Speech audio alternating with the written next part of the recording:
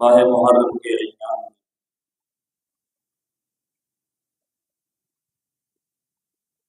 हज़रात सहाबा किराम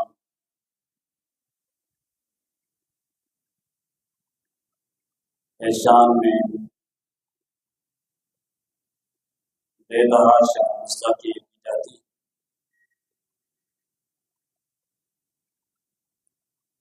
जहाँ इन अफजल तरीन लोगों में के हवाले से तानो तशरीह की जाती है, वहाँ पर अहले ईमान पर भी लाज़मी है कि वो इन हजरात सहाबा किराम की शान को, इनके मकाम को, इनके मर्तबे को उजागर करें। और ये सहाबा किराम के साथ ये ताल्लुक हमारे ईमान का हिस्सा है।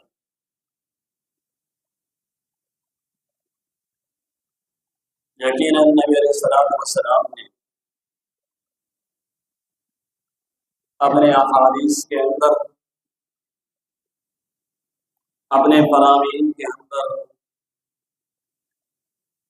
काफी मकामात पर इन हजरात सहाबा किराम के हवाले से आने वाले लोगों को मुतनब्बे किया है, खबरदार किया है।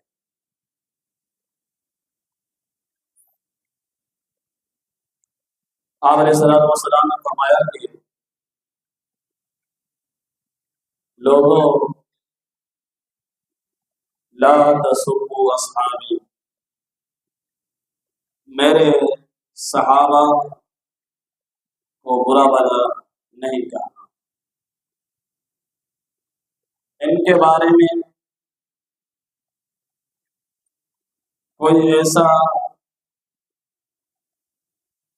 जुमला इस्तेमाल नहीं करना कि उस जुमले से इनकी शान के अंदर कोई गुस्ताखी पाई।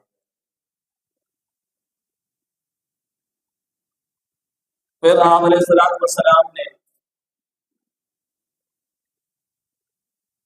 आम आदमी के अंदर और अपने सहाबी में फर्क भी बयान किया। पहले आपने फरमाया कि मेरे सहाबा के बारे में डरते रहना कि उनके हवाले से कोई ऐसी बात नहीं कहना कि उनके शान की गुस्ताखी हो। फिर आप अलैहिस्सलाम ने फर्क भी बयान किया, फरमाया कि तुम्हारे अंदर और मेरे सहाबी में फर्क है। फर्क क्या बयान किया? फरमाया कि लम अन्न अहदकुम अनफक़ मिस्ल उहुदिन ज़हब, मेरे सहाबी के दरमियान और तुम्हारे दरमियान फर्क ये है कि तुम में से कोई शख्स ऐसा हो जिसके पास उहुद पहाड़ के बराबर सोना हो। पहली बात तो ये बात नामुमकिन है कि किसी के पास उहुद पहाड़ के बराबर सोना हो। अगर ये बात मुमकिन हो भी जाए, फरमाया कि फिर वो शख्स वो सारा का सारा सोना अल्लाह ताला के रास्ते में खर्च करे और उसके मुकाबले में हमारे माँ बलग मुद्द अहदिहिम वला नसीफहु, मेरा सहाबी मुट्ठी भर खजूर या जौ अल्लाह ताला के रास्ते में सदका करे, सवाब मेरे सहाबी को जाना। यानी तुम्हारे अंदर और उनके अंदर इतना फर्क है, इतना फर्क है। फरमाया कि ये वो ऐसे लोग हैं कि ला तज़ालून बिखैर मा दाम फीकुम मन रानी व साहिबा, फरमाया कि उस वक़्त तक मेरी उम्मत भलाई पर रहेगी, उनके अंदर खैर मौजूद रहेगी उस वक़्त तक जब तक उनमें मेरा एक सहाबी भी बाकी जिंदा होगा। यानी एक सहाबी भी जिंदा होगा उस एक सहाबी की वजह से पूरी की पूरी उम्मत के अंदर खैर पाई जाएगी, बरकत पाई जाएगी। इतना बड़ा फर्क है। आगे फरमाया कि इतना बड़ा फर्क है कि ला तमस्सन नार मुस्लिमन रानी वला मन रानी। फरमाया कि कोई शख्स अगर मुझे देख लेता है हालत ईमान के अंदर, उसको जहन्नम की आग नहीं छुएगी, जहन्नम की आग उस पर हराम है। आगे फरमाया कि रानी वाला मन रानी, उस पर तो जहन्नम की आग हराम हो गई। जिसने मुझे देखा लेकिन उस पर भी जहन्नम की आग हराम है, जिसने मेरे देखने वाले को, मेरे देखने वाले को जिसने देख लिया उस पर भी जहन्नम की आग हराम है। ये है फर्क आम आदमी के अंदर और सहाबी के अंदर। फर्क इतना है कि अगर किसी शख्स को नूह अलैहिस्सलाम की उम्र के बराबर उम्र मिल जाए, नूह अलैहिस्सलाम की उम्र के हवाले से उलमा के मुख्तलिफ अक़वाल हैं, लेकिन सही कौल जो है वो ये है कि नूह अलैहिस्सलाम की उम्र 1400 साल थी। 950 साल उन्होंने तबलीग की थी, 1400 साल उनकी उम्र थी। अगर किसी शख्स को 1400 साल उम्र मिल जाए और वो पूरी की पूरी उम्र अल्लाह ताला की इबादत में गुजार दे, अल्लाह ताला की इताअत में गुजार दे, उसके मुकाबले में एक शख्स खाली खड़े खड़े अल्लाह के रसूल के चेहरे को ईमान की हालत में देख ले, वो ईमान की हालत में चेहरे के देखने का सवाब उससे ज्यादा है कि उसने 1400 साल अल्लाह ताला की इबादत की, उसकी इताअत की, उसकी फरमाबरदारी की। लेकिन एक शख्स ने खाली खड़े खड़े अल्लाह के पैगंबर के चेहरे को ईमान की हालत में देखा, सवाब उसका था। और इसी सहाबियत को दर्जे को हासिल करने के लिए लोगों ने बड़ी मेहनतें की कि हम सहाबियत की लिस्ट में शामिल हो जाए। इमाम सनावी के बारे में आप उनकी जिंदगी उठाकर देखें, अल्लाह के पैगंबर के दौर के अंदर मुसलमान हो चुके हैं, ईमान ला चुके हैं, अकीदा समझ चुके हैं, लेकिन ये ख्वाहिश है कि एक लम्हे के लिए भी नबी अलैहिस्सलातु वस्सलाम को देख लो और सहाबियत की लिस्ट में शामिल हो जाए। लंबा सफर करते कि अल्लाह के रसूल से मुलाकात कर लो।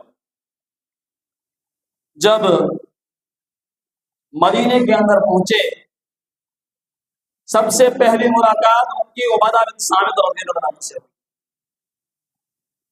उनसे सवाल किया कि मैं अल्लाह के पैगंबर से मिलना चाहता हूं, आप कहां मिलेंगे? सहाबी रसूल ने जवाब दिया, अल्लाह के रसूल 1 हफ्ता पहले फौत हो चुके, 1 हफ्ता पहले आप दुनिया से चले गए हैं। कितनी मेहनत की, लंबा सफर किया, लेकिन ये रुतबा जो सहाबियत का था ये हासिल न कर सकते। ये एक मकाम है, एक मर्तबा है। इसी तरह तज़कियतुल हुफ़्फ़ाज़ के अंदर शुएब बिन गफला के हवाले से भी इमाम ज़हबी रहमतुल्लाह अलैह ने इसको जिक्र किया है। उन्होंने भी बड़ी मेहनत की, लंबा सफर किया सहाबियत के रुतबे को हासिल करने के लिए। ईमान ला चुके हैं, अकीदा भी समझ चुके हैं, और उम्र भी नाराज है, सफर करने के काबिल भी नहीं है। औलाद ने मना भी की, लेकिन कहा कि नहीं, मुमकिन है कि अल्लाह के रसूल से मुलाकात हो जाए, एक लम्हा भी मिल जाए, सहाबियत के का रुतबा हासिल कर लूंगा। सफर किया, जब मदीना पहुंचे, जैसे ही मदीने की गली के अंदर दाखिल हुए, देखा कि लोगों का एक जम्मे गफीर आ रहा है, लोग आ रहे हैं। उनसे पूछा कि मुझे अल्लाह के रसूल से मुलाकात करनी, आप कहाँ मिले? उन्होंने जवाब दिया कि अभी भी हमने अल्लाह के रसूल को उम्मुल मोमिनीन सैयदा आयशा रज़ियल्लाहु ताला अन्हा के हुजरे के अंदर दफन किया है, अभी अभी हम वहां से आ रहे हैं। लंबा सफर किया, लेकिन जो ख्वाहिश थी वो पूरी ना हो सकी। अजीज साथियों, फिर सहाबा किराम का दर्जे के हवाले से, अफजलियत के हवाले से अलग अलग मकाम है सहाबा किराम के अंदर भी। सबसे पहले जो सहाबा किराम में, तमाम सहाबा किराम में जो अफजल तरीन लोग हैं, अफजल सहाबती अहलुल हुदैबिया, तमाम सहाबा किराम अफजल तरीन सहाबा कौन है? हुदैबिया वाले, जो हुदैबिया के मकाम पर नबी अलैहि सलाम के साथ मौजूद थे, जिनके हवाले से अल्लाह तबारक व तआला ने फरमाया, लक़द रज़ियल्लाहु अनिल मुमिनीना इज़ युबायिऊनका तहत अश-शजरा। जब लोग जन्नत में चले जाएंगे, जहन्नमी जहन्नम में चले जाएंगे, अल्लाह तबारक व तआला जन्नतियों से सवाल करेगा कि तुम्हें क्या चाहिए? वो जवाब देंगे कि हमें हर चीज मिल चुकी है, बागात मिल चुके हैं, मोहल्लात मिल चुके हैं, अब हमें और किस चीज की जरूरत है? अल्लाह तबारक व तआला उन्हें जवाब इरशाद फरमाएगा कि एक चीज अभी बाकी है जो मैंने तुमको अता नहीं की। वो कहेंगे कि जन्नत से बढ़कर भी कोई नियामत हो सकती है? अल्लाह तबारक व तआला फरमाएगा, हाँ, जन्नत से बढ़कर मेरी वो नियामत ये है कि आज मैं तुमसे राजी हो गया हूँ, आज के बाद कभी नाराज नहीं। और अल्लाह के रसूल के सहाबा अभी दुनिया के अंदर मौजूद है। अल्लाह तबारक व तआला ने पहले ही उनसे कह दिया है कि रज़ियल्लाहु अन्हुम व रज़ू, यानी वो जो नियामत लोगों को जन्नत में जाने के बाद मिलेगी, नबी अलैहिस्सलाम के सहाबा को वो नियामत दुनिया के अंदर मौजूद है, उस वक्त भी हासिल, उस वक्त भी हासिल है। फिर इन उहद वालों में भी और अफजल कौन है? वह अफजल अहलुल हुदैबिया अहलुल उहद। फिर इन हुदैबिया वालों में अफजल कौन है? उहद वाले हैं, जो उहद के मकाम पर नबी अलैहिस्सलाम के साथ थे। इन उहद वालों के बारे में अल्लाह तबारक व तआला जब लोग जन्नत में जाएंगे तो अल्लाह तबारक व तआला जन्नत में दाखिल करने से पहले उनको एक मर्तबा जन्नत दिखाएगा जरूर, दिखाएगा जरूर। वो जहन्नम देखेंगे जरूर आंखों से, लेकिन इन उहद वालों के बारे में अल्लाह के रसूल ने फरमाया कि उहद के मकाम पर जो सहाबा मेरे साथ थे, अल्लाह तबारक व तआला उन्हें जहन्नम दिखलाएगा कि नहीं, बगैर दिखला जन्नत में दाखिल कर देगा। ये उनका एक मकाम है, उनकी एक फजीलत है। फिर इन उहद वालों में भी अफजल व अफजल अहल उहद अहल बदर। फिर इन उहद वालों में अफजल कौन है? वो अहले बदर है, जो 313 की तादाद में अल्लाह के पैगंबर के साथ बदर के मकाम पे मौजूद थे। आज लड़ाई होनी है, कल लड़ाई होनी है। आज नबी अलैहिस्सलाम रात के टाइम पे हालत सजदे में है, अल्लाह ताला से दुआएं फरमा रहे हैं कि या अल्लाह, यही मेरी मेहनत की जमा पूंजी है। जब से तुमने मुझे नबूवत अता की है, तब से मैं मेहनत में लगा रहा और यही मेरी जमा पूंजी है। आज अगर ये खत्म हो गए तो क़यामत तक तेरा नाम देने वाला कोई नहीं होगा। कल जब लड़ाई हुई, लड़ाई होने के बाद अल्लाह ताला ने सहाबा किराम को फतह नसीब की। फतह नसीब हुई। सहाबा किराम ने अचानक अल्लाह के रसूल को देखा कि अल्लाह के रसूल मुस्कुरा रहे हैं, आप मुस्कुरा रहे हैं। सहाबा किराम ने सवाल किया कि अल्लाह के रसूल, आप मुस्कुरा रहे हैं, क्या वजह है? नबी अलैहिस्सलातु वस्सलाम ने जवाब दिया, बदर वालों, आज अल्लाह तबारक व तआला ने आसमान से बदर वालों को झांक कर देखा है और देखते ही देखते ये फरमाया कि इअमलू मा शि'तुम क़द गफ़रतु लकुम।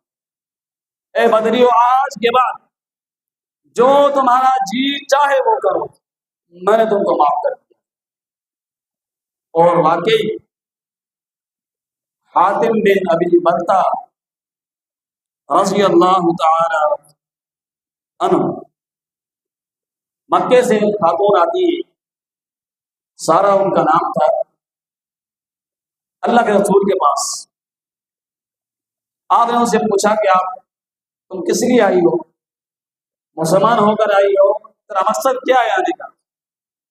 उसने कहा, मेरा कोई मकसद नहीं है, मेरे हालत बहुत तंग है, मैं आपके पास इसीलिए आई हूँ ताकि मेरी मदद की जाए।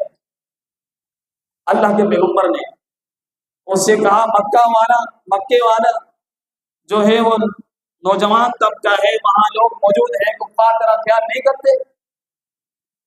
उसने कहा, जब से बदर का मार्का हुआ है उसके बाद वो मुझे पूछते हैं। आपने सल्लल्लाहु अलैहि वसल्लम ने सहाबा किराम को तरगीब दी, जो कुछ भी मुयस्सर हुआ वो उसके हवाले। जाते जाते हातिम बिन अबी बल्ता रज़ी अल्लाह तआला अन्हु ने उन्हें एक खत दिया मक्का वालों की तरफ, क्योंकि जंग की तैयारी की जा रही थी। तो उन्होंने खत दिया और कहा कि ये मक्के वालों को दे देना। वो औरत खत लेके जल्दी से निकल गई। अल्लाह तबारक व तआला ने जिब्रील अमीन के जरिए अल्लाह के पैगंबर को ये बात बता दी कि फला औरत है, उसके बाद खत फला सहाबी ने उसको दिया है मक्का वालों की तरफ। नबी सल्लल्लाहु अलैहि वसल्लम ने सैयदना अली रज़ियल्लाहु अन्हु को और 2-3 सहाबा और भी थे, उनको रवाना किया कि इस औरत से फला मकाम पर ये तुम्हें मिलेगी और वहां जो है उससे ये खत लेकर वापस आ। सैयदना अली रज़ियल्लाहु अन्हु जब वहां पहुंचे, देखा वो औरत आ रही, ऊंट पर सवार है। सैयदना अली रज़ियल्लाहु अन्हु ने उससे कहा कि तेरे पास खत है, वो खत दे दे। कहा कि मेरे पास कोई खत नहीं। सैयदना अली रज़ियल्लाहु अन्हु ने फरमाया, तेरे पास खत मौजूद है, खत तुझे देना पड़ेगा। उसने तलाशी लेने के बाद उससे कुछ नहीं निकला। उसने कहा कि मेरे पास खत नहीं है। सैयदना अली रज़ी अल्लाह अन्हु ने कहा कि बात सुन, अगर वो शराफत से खत देती है तो ठीक है, वरना मैं तुझे बराना कर दूंगा और कत्ल भी करूंगा तुझे। अल्लाह के पैगंबर का हुक्म है, अगर वो खत दे तो ठीक है, नहीं तो कत्ल कर दो। उस औरत ने जब इस चीज को भांप लिया कि इनके नबी ने हुक्म दिया है, ये हर चीज कर गुजरेंगे, तो उसने बालों की जो चुट्टियां बनी हुई है उससे निकाल कर खत दे दिया। खत जब नबी सल्लल्लाहु अलैहि वसल्लम के पास आया, अल्लाह के रसूल ने हातिम बिन अबी बत्ता को बुलाया कि आपने यह खत दिया है मक्का वालों की तरफ। उसने कहा अल्लाह के रसूल हाँ मैंने दिया है। अब क्या मकसद था देने का? अल्लाह के रसूल मुझे उनको जंग की इत्तला देने का कोई मकसद नहीं था। मेरी अर्ज ये है कि जितने भी मुहाजिरीन यहाँ मौजूद हैं साहब का, हर एक का अजीज रिश्तेदार मक्का में मौजूद है। मेरे अजीज मेरे रिश्तेदार मक्का वालों के बीच में रहते हैं। मैंने उन्हें ये इसीलिए भेजा था कि उन्हें खौफ और जंग से बाद आ जाए। मुझे अपने रिश्तेदारों के साथ सिले रहने मकसद क्योंकि ये यहाँ मुहाजिर साहबा का मौजूद है, वो वहाँ मदीना मक्का जाते हैं, उन किस्म के रिश्तेदार मौजूद हैं। मैं भी चाहता हूँ मक्के के अंदर मेरे रिश्तेदार मौजूद हों। जब लड़ाई होगी तो बहुत सारे लोग मारे जाएंगे। मुमकिन है कि मेरा कोई रिश्तेदार बचे या ना बचे। अल्लाह के पैगंबर, बाकी मैंने इस्लाम कबूल किया है और मेरा वापस कुफर के अंदर पलटने का कोई इरादा नहीं, इस इरादे से नहीं दिया। सैयदना उमर बिन खत्ताब रज़ियल्लाहु ने जब मामले को देखा, उन्होंने कहा अल्लाह के रसूल मुझे इजाजत दें, मैं इनका गर्दन काटूंगा, इनका सर कलम करूंगा। नबी अलैहिस्सलाम वस्सलाम ने कहा उमर बदरी साहबी हैं, जिनके बारे में अल्लाह ने पहले ही कह दिया है कि जो जी चाहे वो करो, मैंने तुमको माफ कर दिया, तुम इसका कलम कैसे करेगा? अब अंदाजा लगाएं, फिर बदर वालों में भी जो अफजल हैं वो अफजल अहले बदर अल-अशर, फिर बदर वालों में जो है वो अफजल तरीन लोग 10 हैं, जिनको अल्लाह के रसूल ने एक ही मजलिस के अंदर जन्नत की बशारत दी थी, एक ही मजलिस के अंदर। फिर उन 10 में से भी अफजल तरीन लोग वो 4 हैं, वो अफजल खुलफाए अर्बा। फिर इन बदर वालों में अशरा में 4 जो हैं वो सबसे अफजल तरीन। और इनके हवाले से अल्लाह के पैगंबर ने फरमाया अलैकुम बिसुन्नती व सुन्नतुल खुलफाए राशिदीन अल-महदीयीन, मेरे बाद अगर किसी की पैरवी करनी है तो खुलफाए राशिदीन की सुन्नत की पैरवी। एक ही रास्ता है, एक ही दीन है इनका। फिर इनमें से भी जो अफजल हैं वो कौन है? अबू बकर रज़ियल्लाहु तआला व अफजलुल अर्बअती अबू बकर रज़ियल्लाहु तआला। फिर इन 4 खुलफा में से भी अफजल तरीन शख्स जो है कायनात के अंदर वो सैयदना अबू बकर सिद्दीक़ रज़ियल्लाहु। सही बुखारी के अंदर आता है कि एक दिन सैयदना अली रज़ियल्लाहु अन्हु से उसके एक बेटे ने सवाल किया कि अय्युन नासी खैरुन बअदन नबी सल्लल्लाहु अलैहि वसल्लम, कि अब्बा नबी अलैहिस्सलातु वस्सलाम के बाद कायनात के अंदर बेहतरीन शख्स कौन है, अफजल तरीन शख्स कौन है? सैयदना अली रज़ियल्लाहु अन्हु ने जवाब दिया, बेटा क़ाल अबू बकर रज़ियल्लाहु। नबी अलैहिस्सलातु वस्सलाम के बाद कायनात का अफजल तरीन इंसान सैयदना अबू बकर सिद्दीक़। बच्चे ने फिर सवाल किया, सुम्मा मन, उसके बाद कौन है? सैयदना अली रज़ी अल्लाह अन्हु ने जवाब दिया कि क़ाल उमर इब्न ख़त्ताब रज़ी अल्लाह तआला। बच्चा कहता है कि फिर मैंने सवाल का अंदाज चेंज किया कि अगर मैं इसी तरह सवाल करता रहा फिर तो मेरे नाना उस्मान रज़ी अल्लाह अन्हु का नाम ले रहे। फिर मैंने सवाल का अंदाज चेंज किया, मैंने कहा कि अब्बा फिर तो आप हैं ना, फिर तो आप हैं। सैयदना अली रज़ी अल्लाह अन्हु ने कहा, बेटा फिर भी मैं नहीं, फिर भी मैं नहीं हूँ।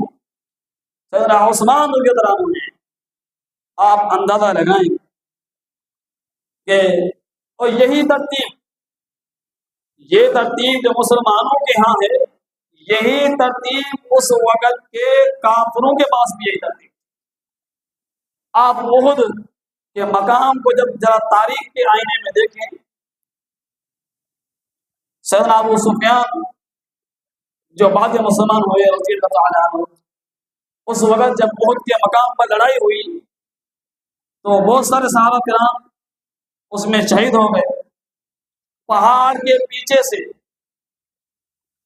सैयदना अबू सुफियान ने आवाज लगाई, जो बाद में मुसलमान हुए रज़ी अल्लाह अन्हु, आवाज लगाई। उस वक़्त मुसलमान नहीं थे, कुफार के उसमें काफिले के अंदर शरीक थे कि बताओ कि तुम्हारे अंदर अफीकुम मुहम्मदुन, क्या मोहम्मद रसूलुल्लाह सल्लल्लाहु अलैहि वसल्लम तुम्हारे अंदर जिंदा हैं कि नहीं?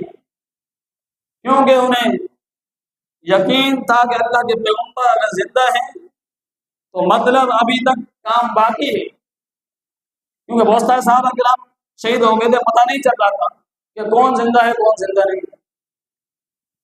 अल्लाह के पैगंबर ने सहाबा किराम को फरमाया कोई जवाब नहीं, सब खामोश रहो। फिर उसने दोबारा सवाल किया, फरमाया कि अफीकुम अबू बकर रज़ियल्लाहु तआला। अब उन्हें भी मालूम है कि नबी अलैहिस्सलातु वस्सलाम के दुनिया से रुखसत होने के बाद अमीर कौन बन सकता है, खलीफा कौन बन सकता है। उन्हें सवाल किया कि अफीकुम अबू बकर रज़ियल्लाहु तआला, क्या तुम्हारे अंदर अबू बकर मौजूद है? अल्लाह के पैगंबर ने फरमाया सहाबा किराम से कोई जवाब नहीं देगा, सब खामोश। फिर उसने दोबारा सवाल किया, हमें आगे वो समझ गया कि मतलब अल्लाह के पैगंबर भी दुनिया से रुखसत हो चुके हैं और अबू बकर भी रज़ियल्लाहु अन्हु दुनिया से रुखसत हो चुके हैं, क्योंकि जवाब नहीं मिला। जब तीसरी बार पूछा तो फरमाया कि अफीकुम उमर, क्या तुम्हारे अंदर उमर मौजूद है? अल्लाह के रसूल ने सहाबा किराम से फरमाया कि कोई जवाब नहीं देगा, सब खामोश रहो, कोई जवाब नहीं देगा। जब जवाब नहीं मिला तो अबू सुफियान ने वहीं से नारा लगाया, लना उज़्ज़ा वला उज़्ज़ा लना, कि हमारे लिए उज़्ज़ा है, तुम्हारे लिए उज़्ज़ा नहीं है। कि तुम्हारे सारे के सारे लीडर जंग के अंदर शहीद हो चुके हैं, मारे जा चुके हैं। अल्लाह के पैगंबर ने सल्लल्लाहु अलैहि वसल्लम से कहा कि अब ऐसा जवाब देना है। अल्लाह ताला ने आपको आपकी आवाज को बुलंद किया है, आपको नारा मैं बताता हूँ लगाना आपने। आपने फरमाया कि तुम कहो अल्लाह मौलाना वला मौला। काफिरों हमारे सारे लीडर मौजूद हैं, अल्लाह के पैगंबर मौजूद हैं, बकर मौजूद हैं, उमर बिन खत्ताब रज़ियल्लाहु अन्हु भी मौजूद हैं, लेकिन अल्लाह मौलाना वला मौला, अल्लाह ताला हमारा मददगार है और तुम्हारा मददगार कोई नहीं, तुम्हारा मददगार कोई नहीं है। अजीज साथियों, बातें तो आगे और भी वक्त इजाजत नहीं देता। अल्लाह ताला से दुआ है कि हमें सही माना में सहाबा किराम के साथ मोहब्बत और उनकी शान को लोगों तक सही माना में पहुंचाने के लिए अल्लाह ताला तौफीक अता फरमाए। हज़ा मा इंदी व तौफीक इल्ला बिल्लाह, वस्सलामु अलैकुम।